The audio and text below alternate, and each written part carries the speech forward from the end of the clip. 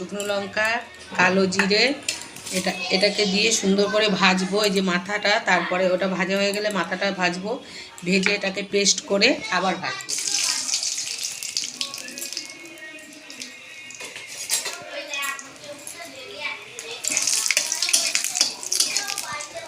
দেখো লঙ্কাটা হয়ে গেছে, এখন আমি কালো জিরেটা দিয়ে দিলাম,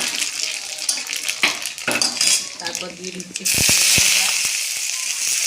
পেঁয়াজ রসুন একসঙ্গে দিলে রসুনটা ভালো ভাজা হয় না।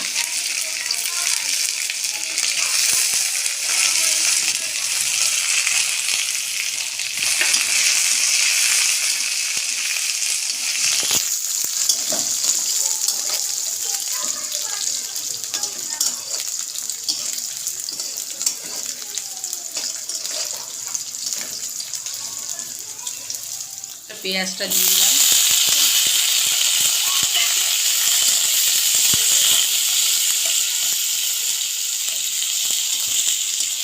এটা একদিন করে খেয়ে নেবে, খুব টেস্ট লাগে। কিন্তু 3 মিনিটে মাথাটা ভালো করে পরিষ্কার করে নেবে, ওপরের খোলাটা তেলে দিয়ে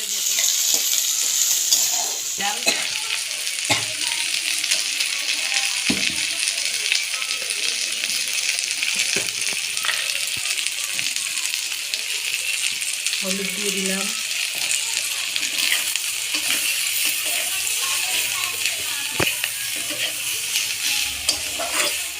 এবারে আমি চিংড়ি মাছের মাথাগুলো দিয়ে পুরো লাল করে ভেজে নেবো। তারপর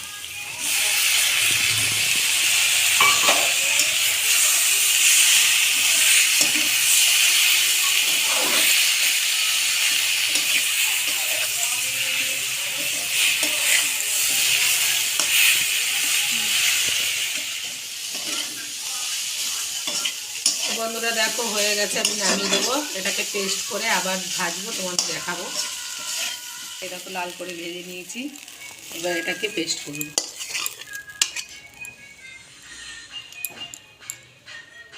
বন্ধুরা দেখো, এই যে ঢেলে দিয়েছি মিক্সির ভেতর, দেখতে পাচ্ছ। এই যে এটাকে এখন পুরো পেস্ট করে আবার তোমাদের দেখাবো।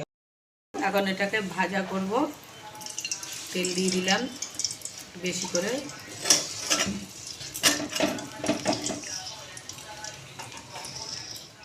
মাথাটা পেস্ট করেছি দিয়ে দিলাম, এটাকে সুন্দর করে লাল করে ভেজে নেব। এটা পুরো শুকনো হয়ে যাবে,